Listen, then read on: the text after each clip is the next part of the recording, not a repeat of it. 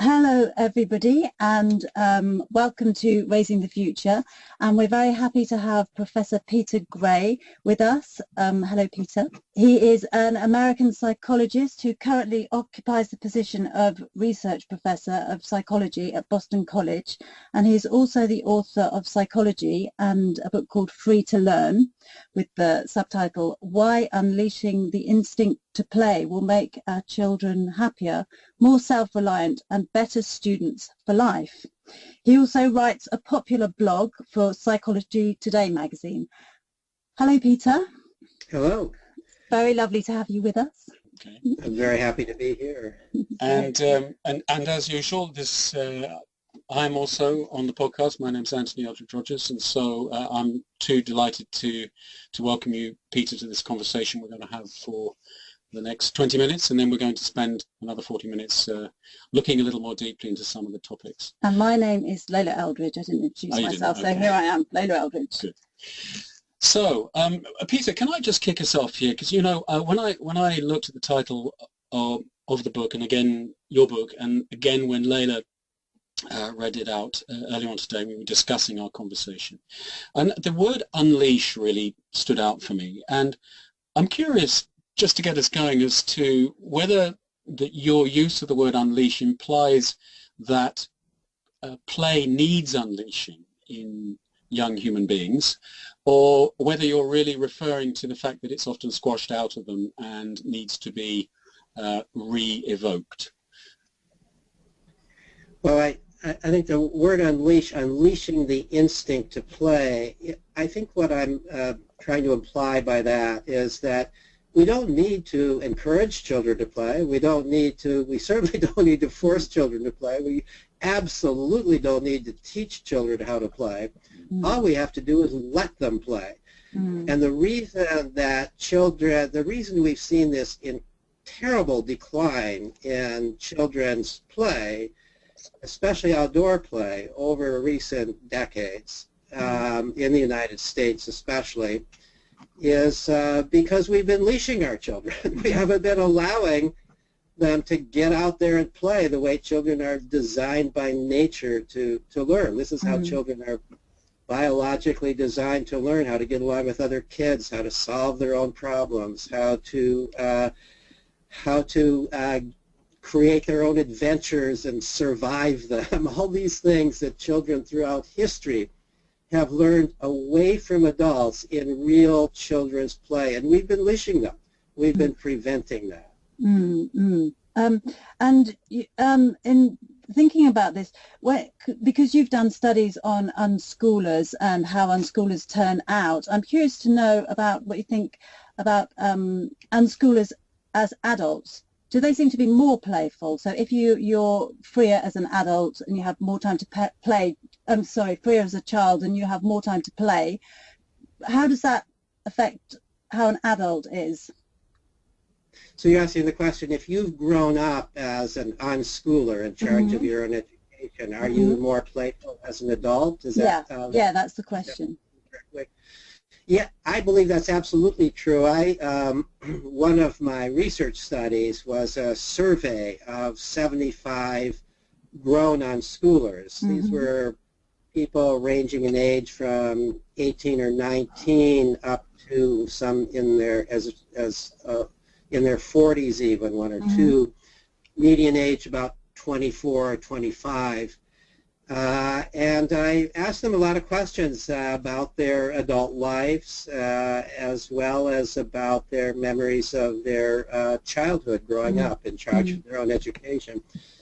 And one of the things that came out of that study, which I think very much addresses the question that you are raising, is that they by and large see their work as play. They see their career as play. Their life is, in a certain sense, play. Why? Because during their childhood, during the time that other kids have been in school required to do all these same things that everybody else is doing, they've been exploring and discovering their own passions in play. What do I really love to do?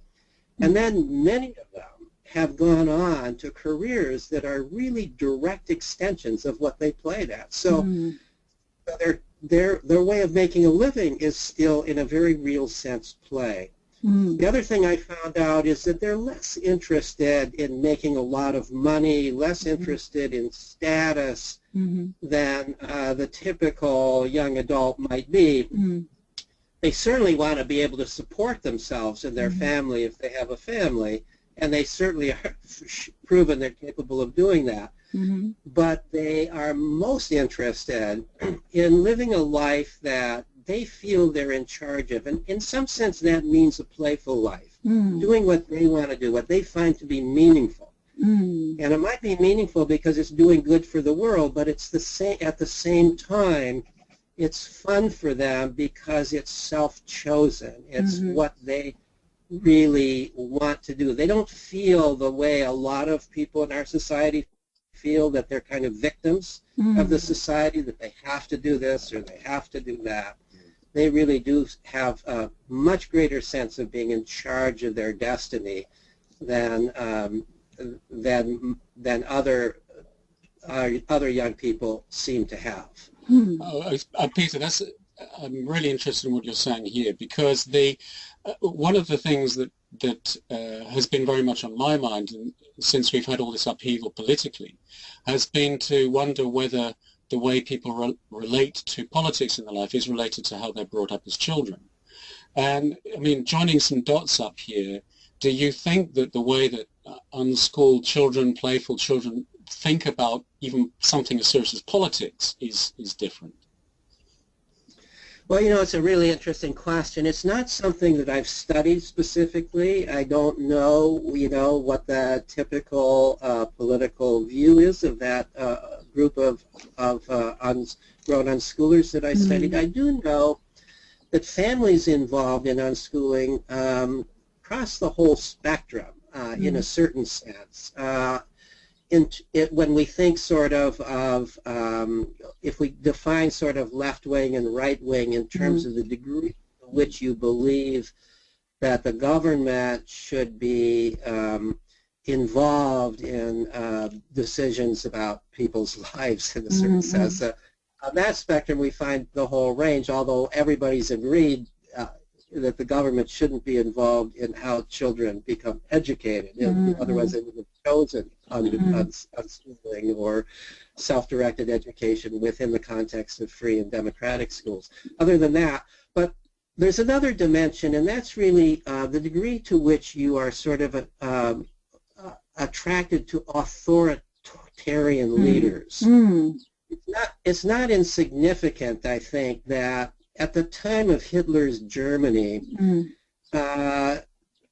Germany was the most schooled society in the world.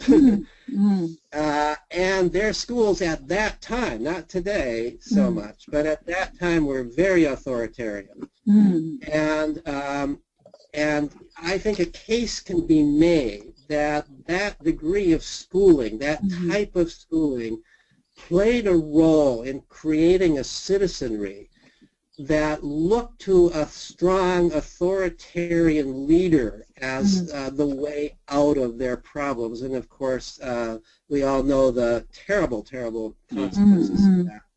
And it's not too surprising to me that right now in the United States and in Europe, we are seeing greater and greater attraction to authoritarian type leaders, certainly Trump in that category here in the United States. People are not so attracted to him because of any systematic policy he's giving out, because he hasn't given out any systematic policy. But they're attracted to him to the degree that they are because they see him as a strong leader, and we need a strong leader because we, the people, are not really capable of making our own proper decisions. And I think that could come out of the fact that, this trend could come out of the fact that our schools have become ever more restrictive of young people's freedom. And we're now sort of seeing a generation of people who have grown up with less freedom and maybe are a little afraid of freedom, and maybe that attracts people to that kind of a leader. Yeah. It's a bit of speculation, I admit, but I don't think it's crazy idea. No, To think that way. yes, I mean it's certainly something worth thinking about. I suppose in the general unschooling approach, it's very much more collaborative, and the idea really is to allow children to self-direct themselves, to make their own decisions, to navigate their way through their own boredom, To have a voice. and in a way to allow them to be in their own kinds of crises, and find their own way through them. And I think that's what you're pointing to. Right. Yeah. Can I just sort of take a quick step sort of into a different question for you, which is, I'm very curious as to why you have chosen, this topic and this the unschooling field and so on to champion in your career and professionally.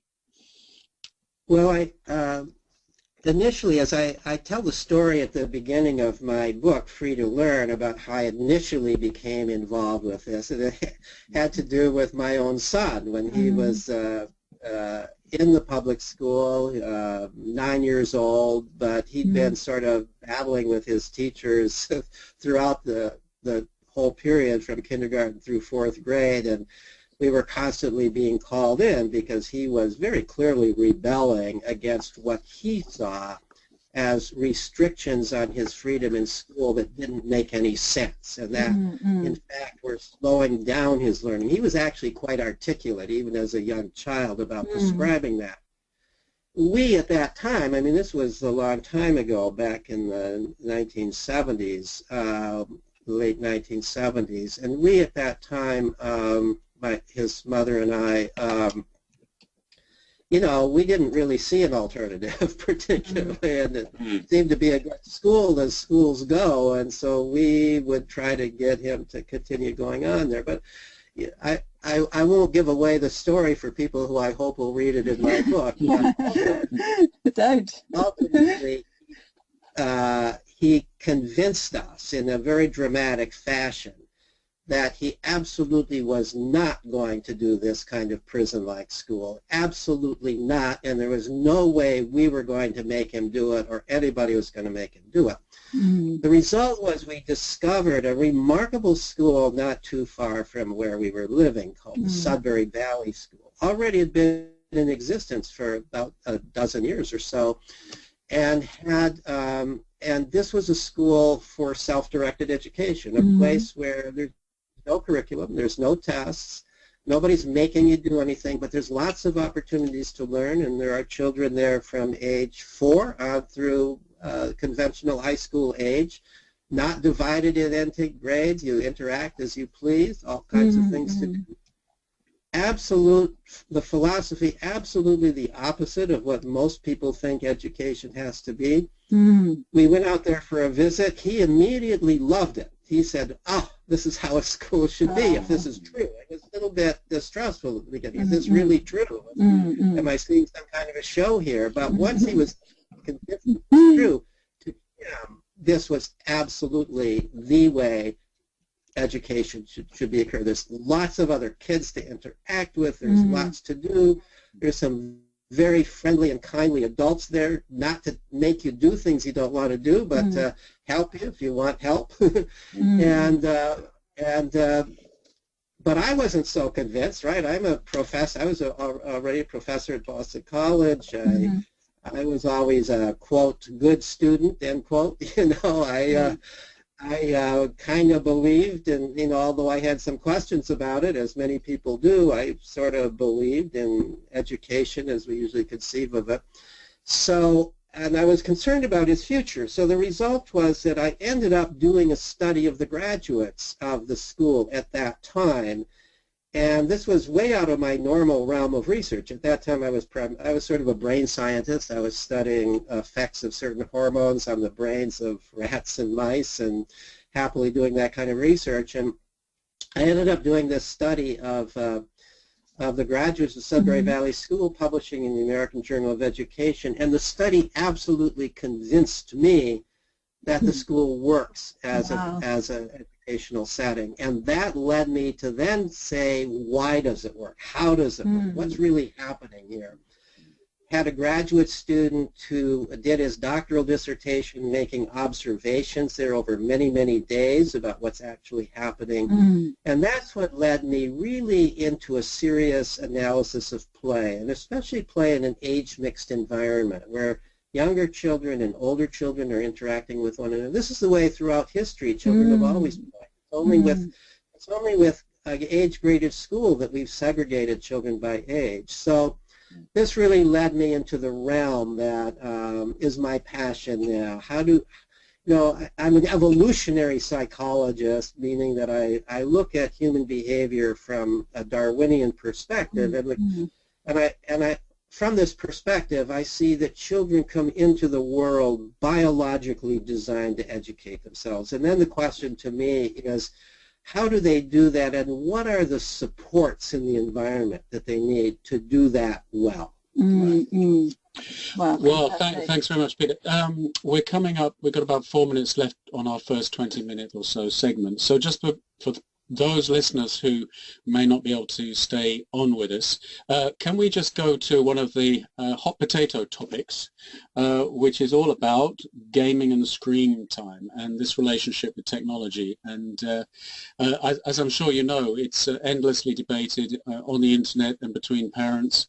And we have a sort of continuum on the left, which is, no technology shall pass my child, for the first 16 years. Yeah. And on the right, we have, I just gave my 2-year-old an iPad, and, off you go.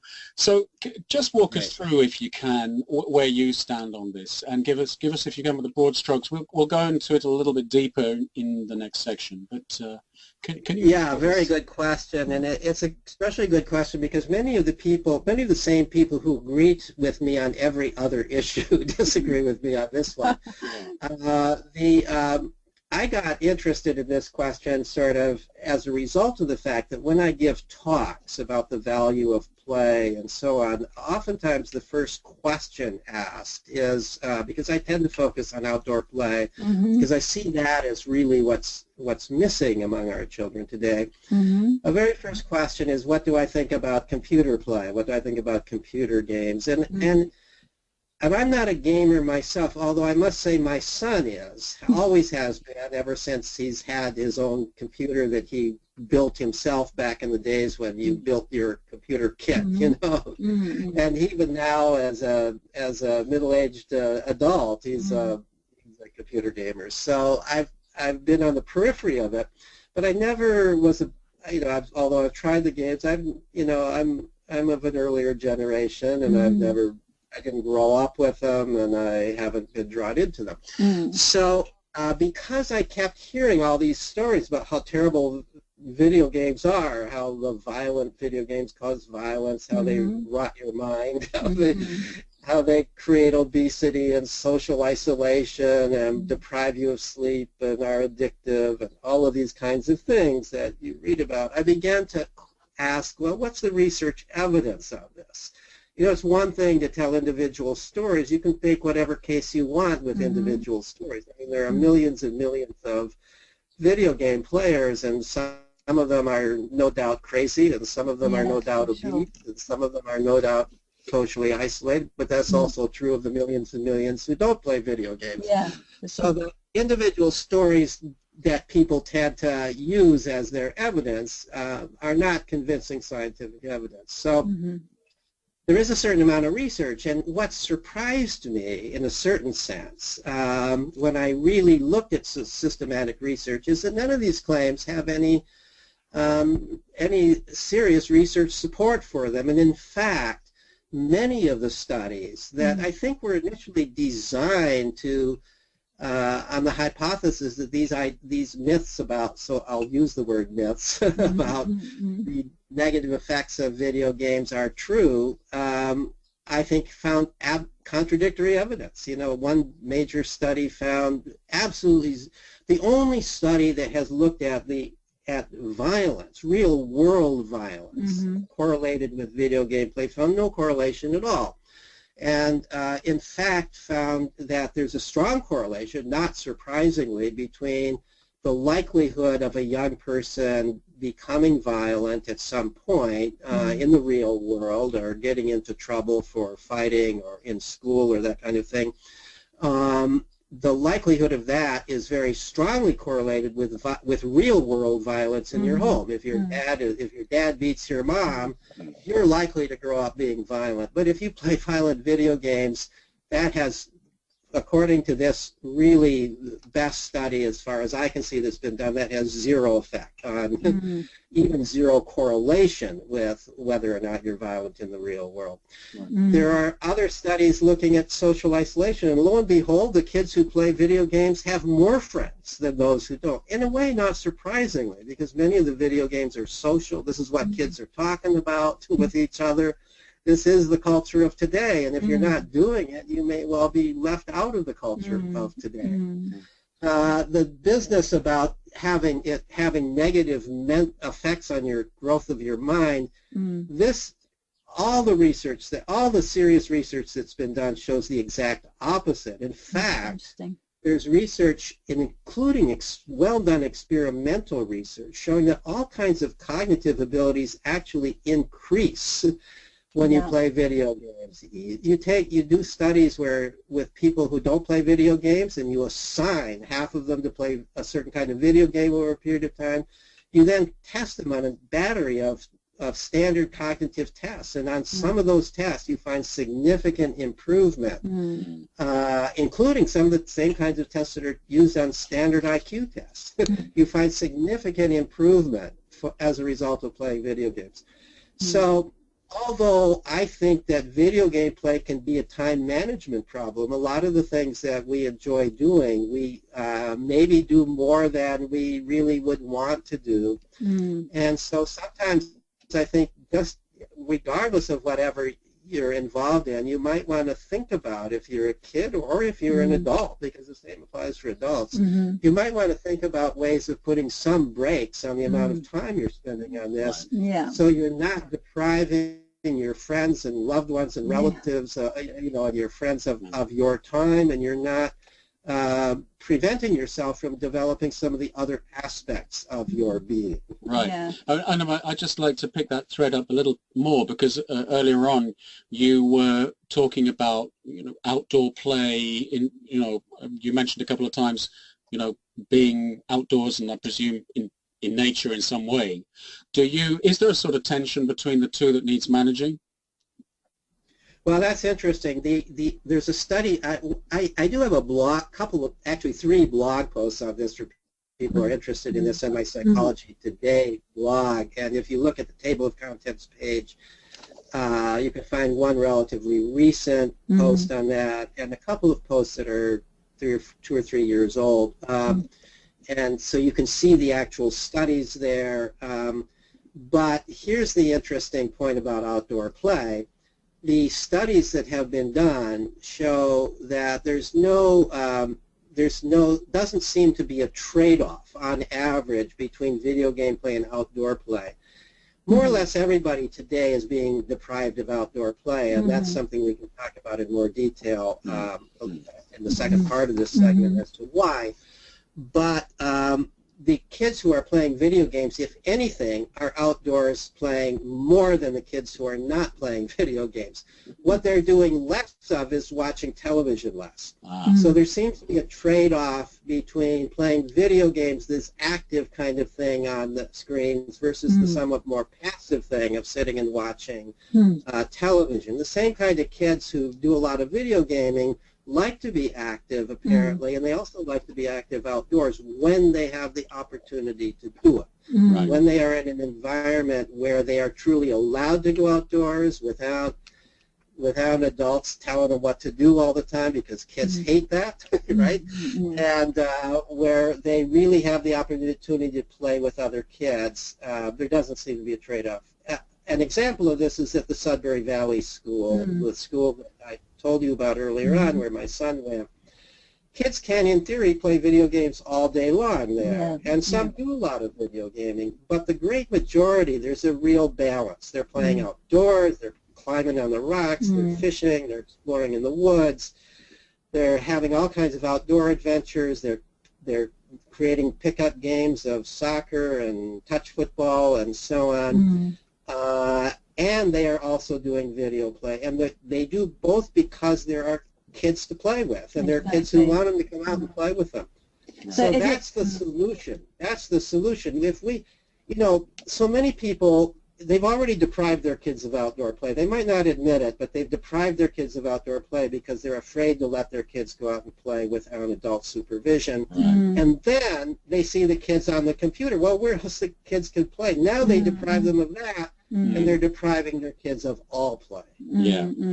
There's some interesting also blending going on, because there's some educational technology available on iPads and smartphones that kids are being encouraged to take outdoors and do things like point them at flowers and point them at trees and so on, and it's kind of interesting that the two are slightly coming together as well in that respect, which I don't know if you've come across that. Yes, it is. I think it's great to see that happening. And Pokemon Go, I think, is right. It's very comparable to bird watching. If you think about it. It is. Well, Peter, thank you very much. We're going to just take a pause now for those listeners who, if you like, have to go, and we're going to come back for those of you listening in just one moment and dig a little deeper into some of the topics that we've touched on. Okay, everybody, welcome back, and we're here talking with Professor Peter Gray, and we're going to dig into some of the topics that we've touched on in the first 20 minutes, and let's do that now.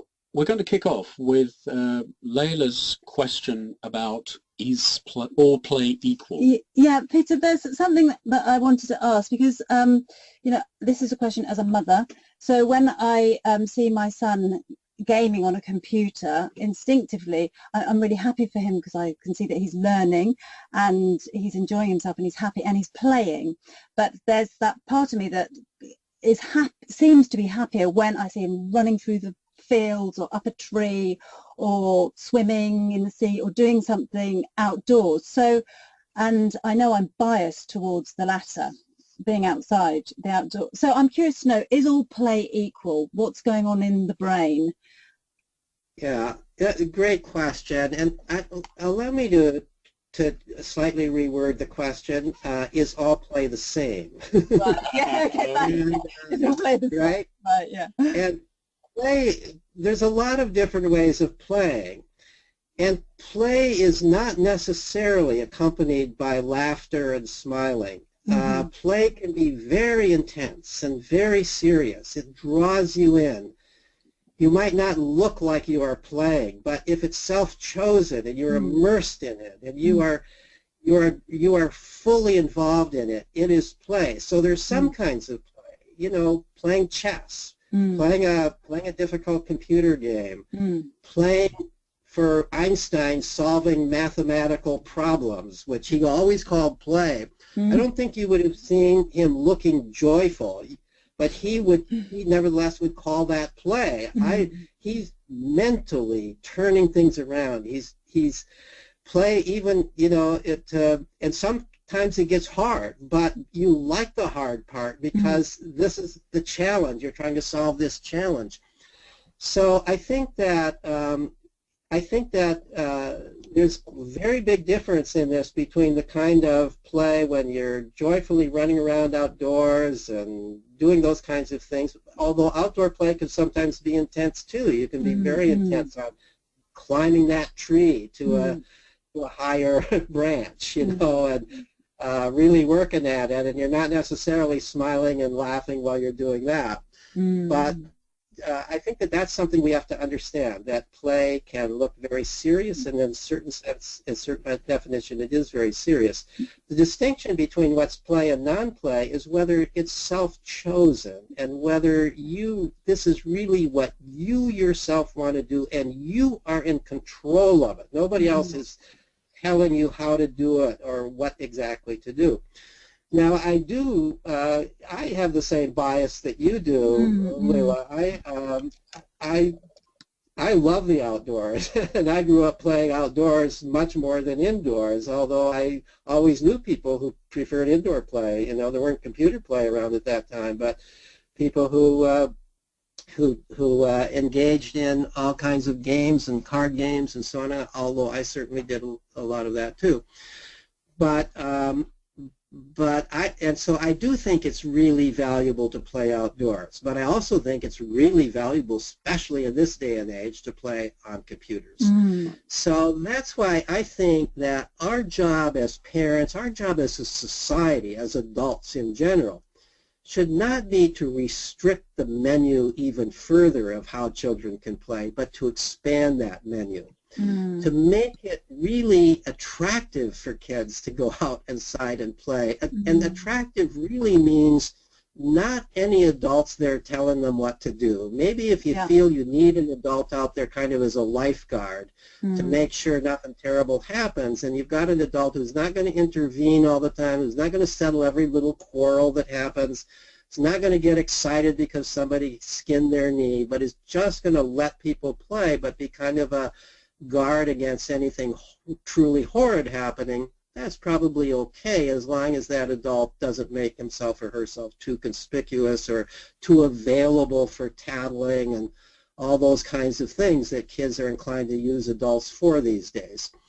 That's okay, but we have to understand that kids want to play away from adults and they want to play with other kids, and unless we provide that opportunity, they're not going to be playing outdoors much. Peter, this is fascinating. So what you're saying, and I just want to make sure I'm not misquoting you here, you said just now any activity that is a child has freely chosen could be called play or ought to be called plays. Is that what you're saying?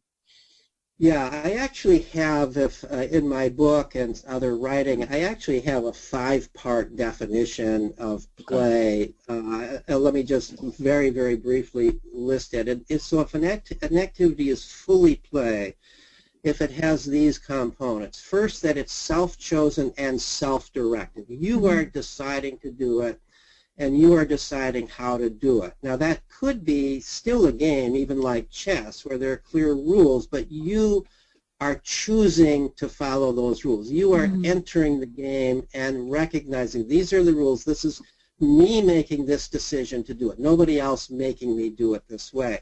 Within the game, you are making all the decisions, even if you're following within the boundary of the rules. So that's where I would say that Little League game of baseball, where a coach is making the decisions as to who's playing what position and whether it's time to bunt now or swing away and all of this kind of stuff, a coach is telling you what to do within the boundaries of the game, I would say is not play.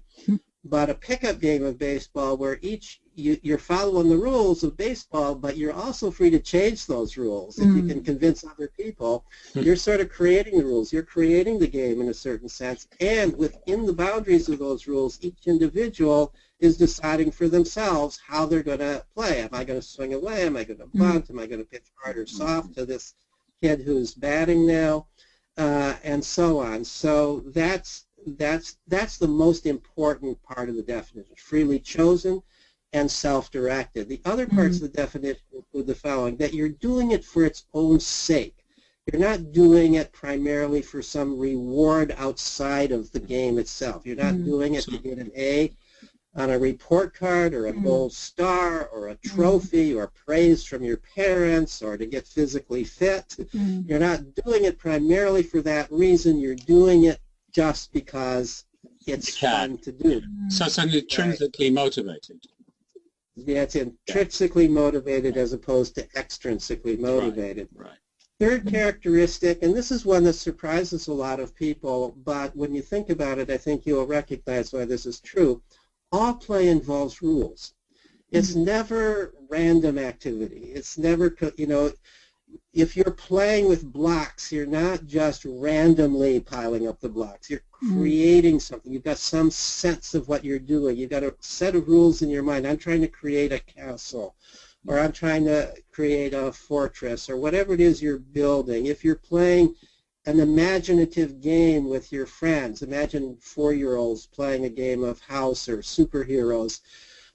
The rule is you have to stay in character, and your playmate will remind you have to stay in character if you get out of character.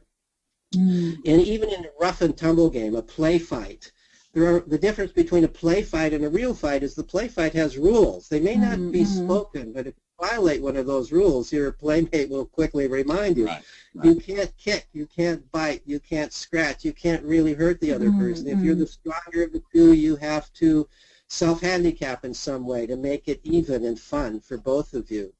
So I could go through every kind of play imaginable and tell you how there are rules for that play. So one of the things children are learning in play is how to restrain themselves, how to follow rules. Very important life lesson. Mm. A fourth characteristic of play is that all play involves an element of imagination. Every kind of play, the players recognize this is a step outside of the real world. We are now in an imaginary world. This is an imaginary world if it's chess, where bishops can only move on the diagonal. If it's baseball, where to get home you have to run around those bases, where, you know, if there are formal rules, the imagination is the flip side of those rules. But there's also imagination because there's always creativity in play. What you have to think about within the realm of potential movements. What would I imagine would be the consequence of doing this? So you're thinking in this sort of hypothetical way all the time in play. In that kind of truly fully imaginative play that little children commonly play, or that older children play when they're playing many of the video games that involve an imaginary world and helping to create your own imaginary world. This is real imagination. You are creating a narrative, and you are creating a character, and you are following through on that creation. Right. So, and then the fifth characteristic, which kind of follows naturally from the others, is that play involves a state of mind in which the person is not stressed, at least not highly stressed. There may be a certain amount of stress involved for that girl who's playing at climbing the tree and trying to go as hard as she can go, and she's inducing a little bit of fear in herself. But ultimately, if the fear becomes too great, if the stress becomes too great, you can just come down from the tree. Nobody's making you do it. So the result is one of the characteristics of free, which follows from that first characteristic I mentioned, and is really a correlate of it, is that you're always free to quit. Right. And because you're always free to quit, you're never in a highly stressed position. If you get into that highly stressed position, you just quit. I'm not having fun anymore. I'm going home. Yeah. So the consequence, so that means your mind is active, because you have to have an active mind in play. You have to be immersed in it because you're following these rules. You have to pay attention to what you're doing. And these are rules of the mind. These are rules coming out of your own head. But you're not highly stressed. This is a state of mind that psychologists often refer to as flow. And this is the state of mind that a lot of research has shown is the best state of mind for learning new skills, for being creative, for thinking outside of the box. And you are in that state of flow when you're playing a video game. You are in that state of flow when you're climbing trees outdoors. You're in that state of flow when you are intensely involved in any kind of play.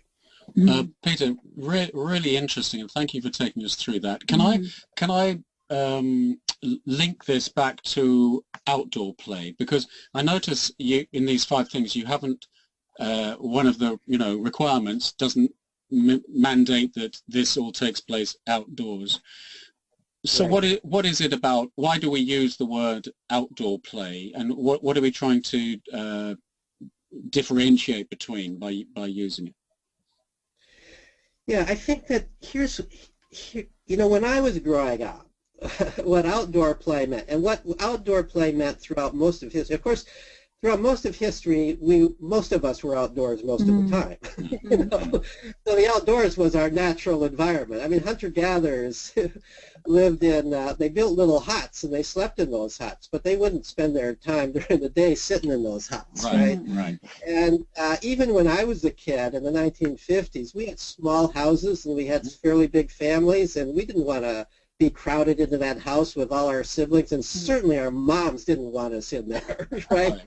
They wanted us out of the house. The the refrain of every mother was, get out of the house. Stop bothering. Yeah. Interestingly, now the refrain is the exact opposite. You know, right? Don't go out. It's too dangerous out there.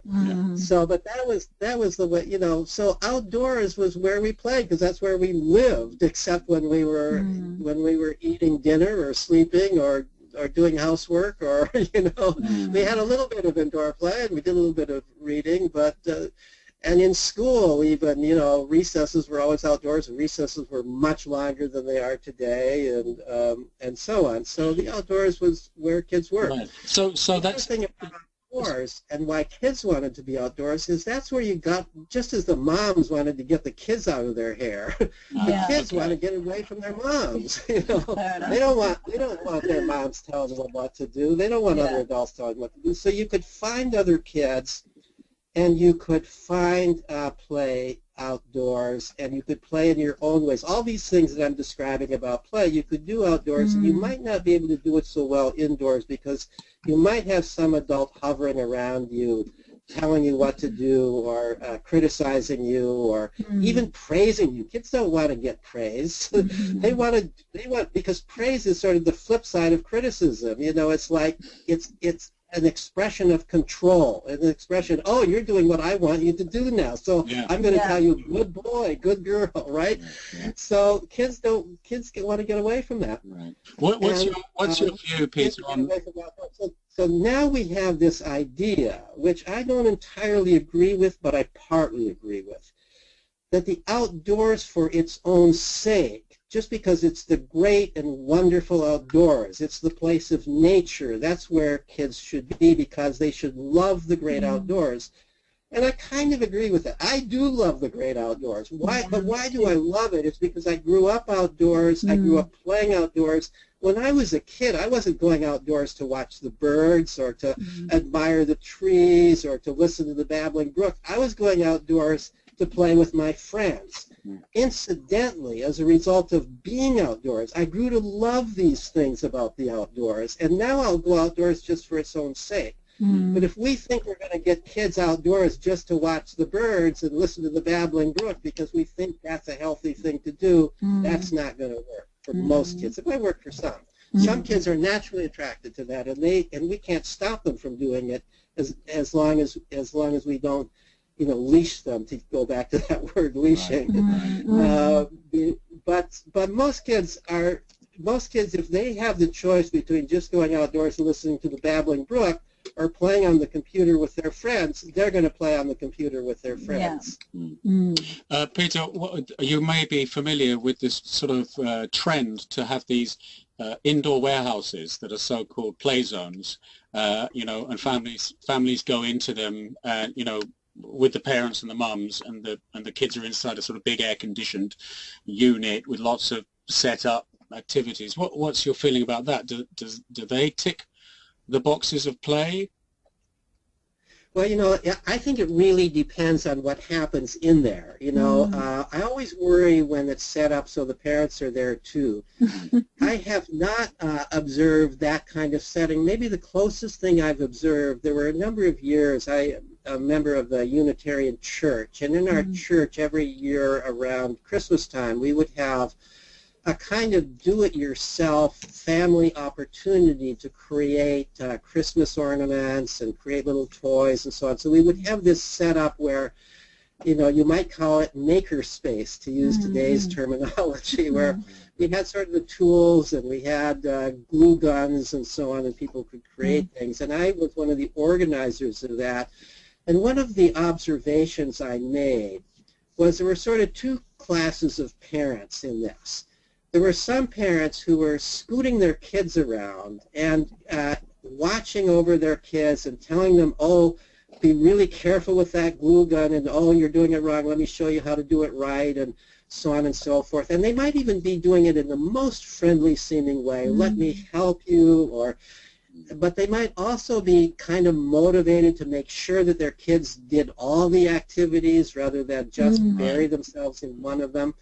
And that, to me, I hated watching that. That, to me, was ruining the children's play. And I've seen that happen in museums where the kids get fascinated by something, but the adults kind of want to, for some kind of educational reason, move them along and show them everything. So then there was the other parent, which I have to say was a bit more rare, who would just let the kids go. And I happened to be at the table where there were these hot glue guns, and I actually wrote a blog post, one of my early blog posts on this, and there was this little kid, I don't know how old he was, maybe 4, who was making this wonderfully carefully crafted creation in which he had a huge pine cone and he was gluing a tiny little bean onto every little lobe of the pine cone. And I was so happy that his parents were not paying any attention to it.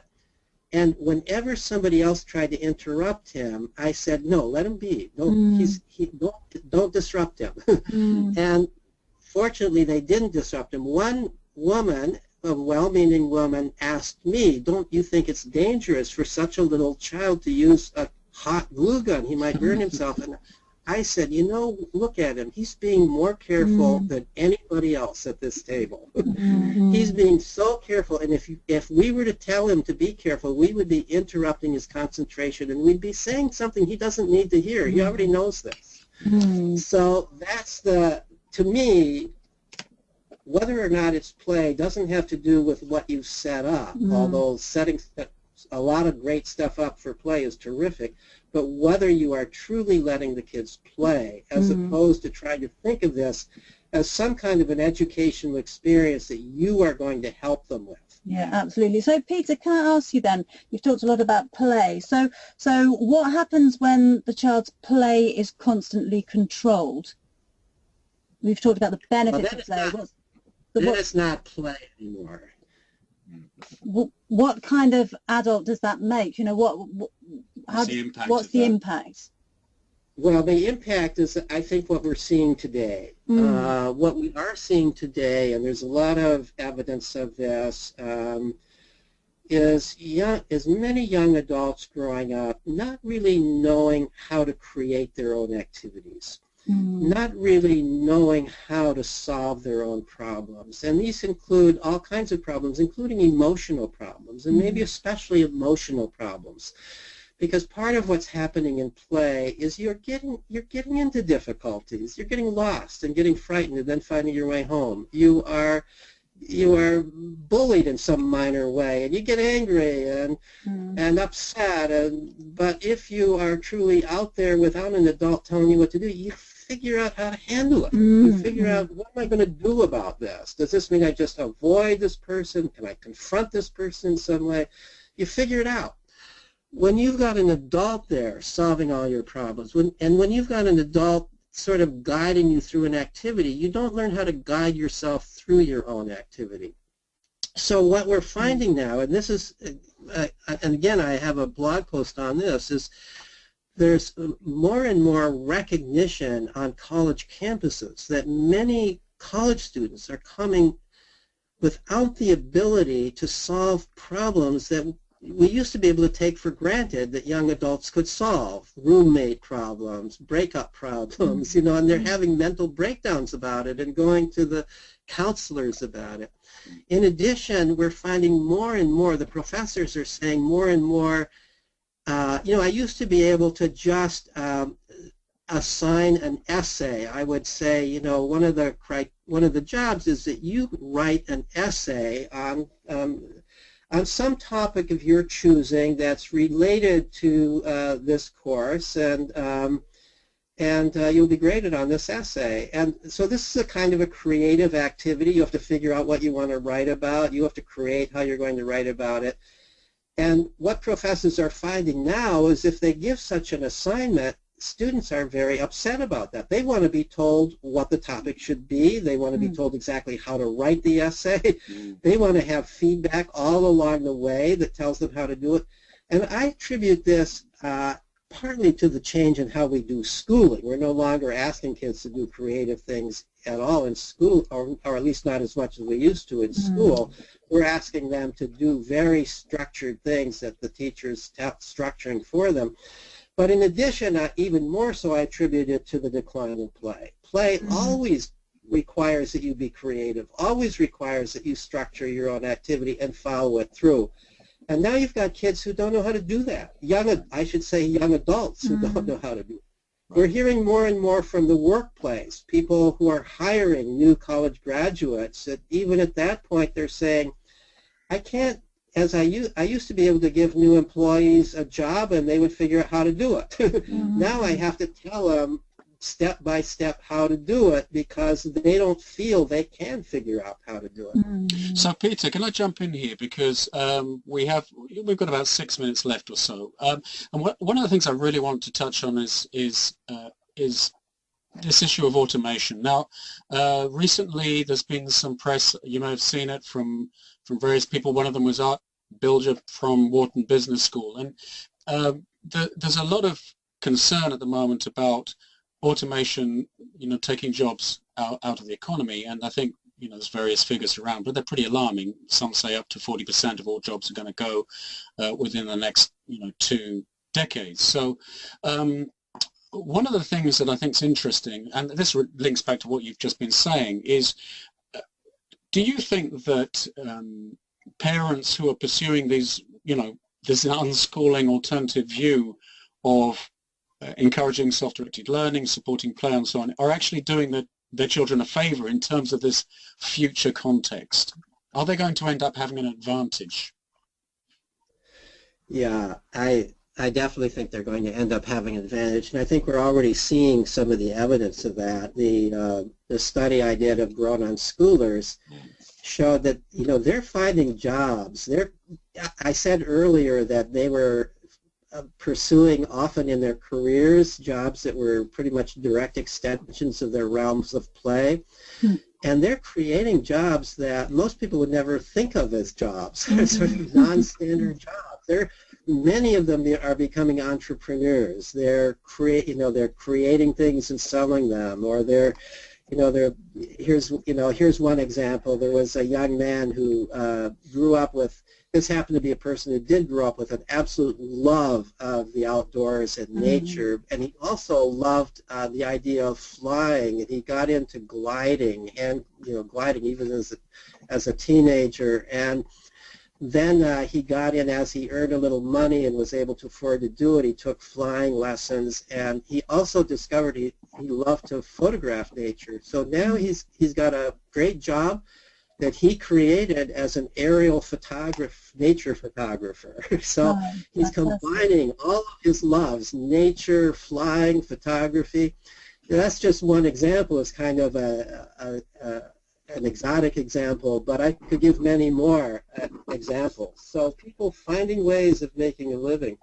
The other thing that I think is relevant to this issue of automation and loss of jobs is, if you have grown up not playing, if you have grown up sort of feeling like life is work, which school tends to teach you to do, the important thing for the child in school increasingly today is that you work hard at school, you do well in school, you suppress your own interests to do what you're supposed to do, that modality of school made some sense in a way back in the days when jobs were really boring, assembly line jobs, bureaucracy jobs, where the job is to just do this tedious paperwork or physical work that you have to do over and over and over again the same thing, and you have to keep your nose to the grindstone, as they say.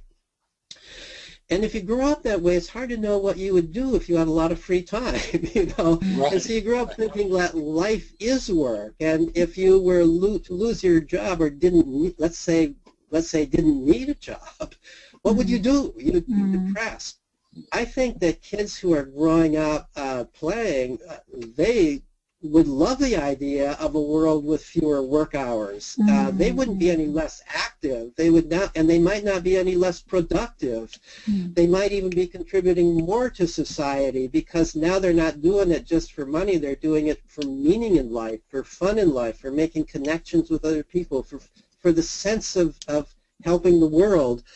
And I see those things playing a big role in the lives of grown unschoolers and grown Sudbury Valley students as well.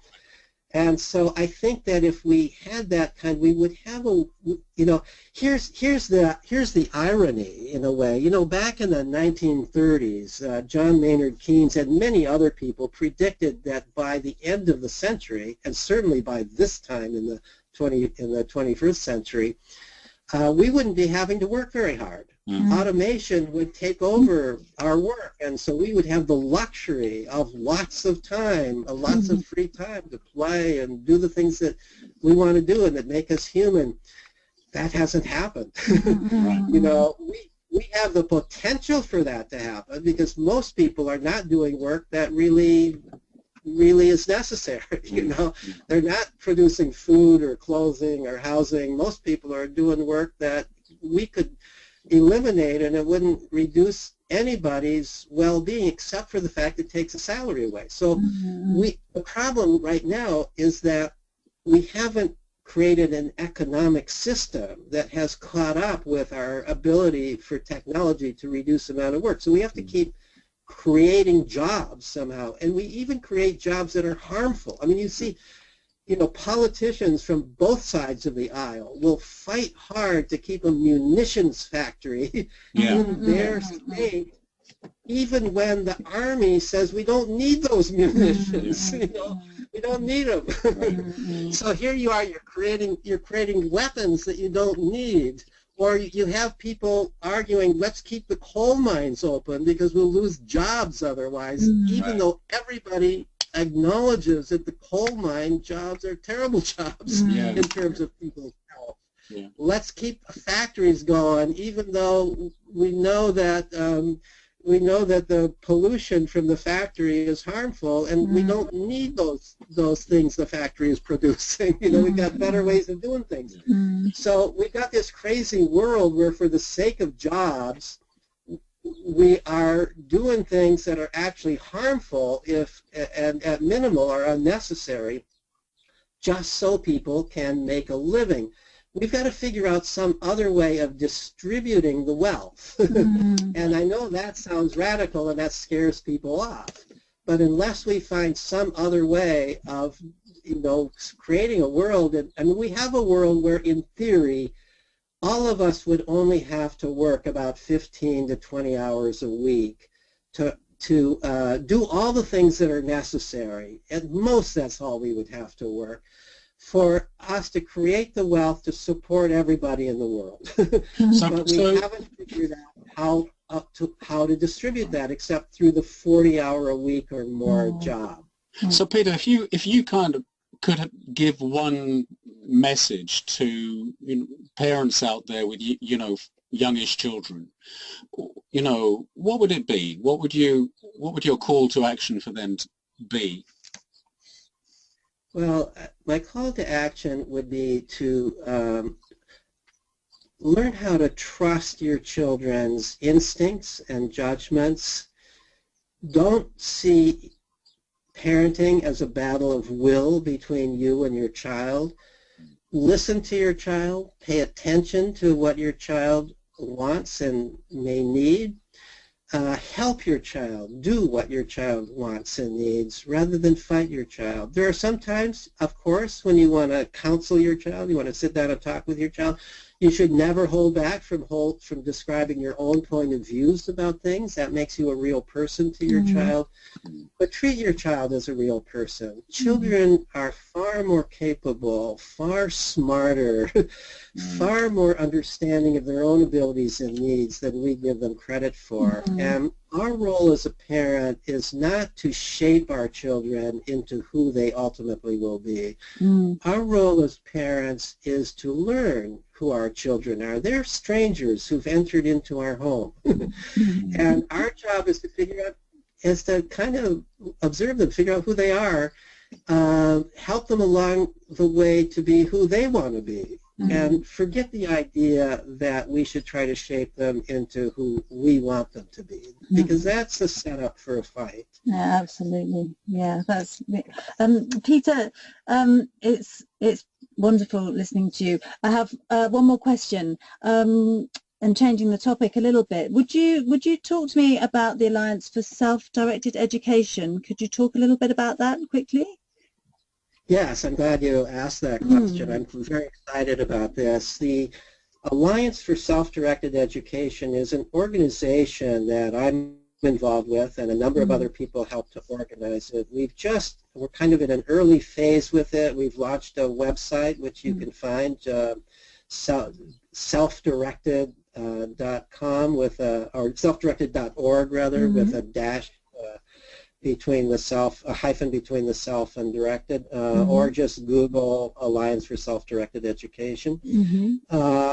What we're trying to do with the Alliance is really help to stimulate a movement. There are many, many people involved with self-directed education. There's an estimated 200,000 children who are unschoolers in the United States right now. There are many, many families sending their children to schools similar to that Sudbury Valley school that I mentioned, where it's set up for self-directed education. But to a good degree, the people involved with this are not well connected with others involved with it and don't necessarily see it as part of a national movement. And we want to turn this into a movement. I almost see it as analogous to the civil rights movement of the 1950s and 60s in the United States, or the feminist movement that followed, where there was a widespread recognition that there's a class of people who are not being given the full rights that we can assume to be the rights of human beings. And right now, the class of people who, in fact, are being increasingly deprived of rights rather than being granted rights are children, and especially in the context of schools. So I see this as analogous to those movements, and I really see the people who are already involved in self-directed education, who see how beautifully it works. I see these people as potential spokespeople for this movement, for bringing more freedom to children. Certainly in this country, we're especially focused in the United States and North America, but to some degree we're an international group too, because these problems that I've been talking about are international. So we call it an alliance because we see all the people who are involved in self-directed education, who are interested in it, who want to create more freedom for children as allies in this movement. We're encouraging people. We will soon be at a stage where it's possible to go to that website and become a member. And then we're going to have local chapters, we hope, of the Alliance for Self-Directed Education. And these local chapters will play roles in their local communities to help counsel parents who are interested in self-directed education but a little afraid of it and might need some help create play groups for kids who are involved in self-directed education, all kinds of great opportunities. But we're just now in a formative stage, and I would love it if listeners who are interested would come to that website, and once we've got the membership opportunities available, would consider becoming a member of the Alliance. Well, very exciting, Peter, and we certainly want to be involved and plan to be. So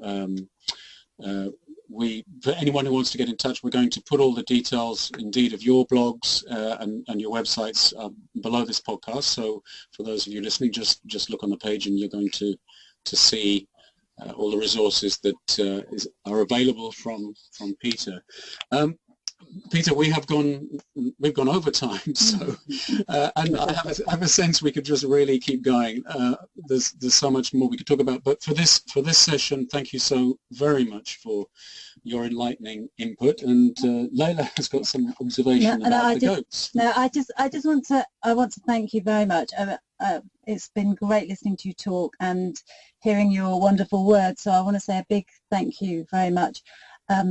It's been wonderful. I also want to mention something completely arbitrary. Where we are right now, we're in Spain, and 850 goats are outside our window with bells on their necks. So if throughout the podcast, whilst you've been listening, you've been hearing meh, meh, and bells ringing, it's the goats. Okay. So, but a big thank you very, very much. It was a wonderful, wonderful podcast. Thank you. Well, thank you, and again, thank you all. Thank you for what you both are doing, and for being allies in this movement. Okay. Yeah. Yes. Well, I mean, maybe we can close on just, we have 3 children. They are in their early teens, our daughters, and so much of what we've talked about in this podcast is absolutely true. And for anyone listening, Peter, your inspirational words, I hope, has caused them to feel confident about it. But our experience too as parents is the best decision we ever made. And it is truly a wonderful thing to see. So I encourage everyone to take a look at it. Thank all of you listening, and thank you very much, Peter. Very welcome.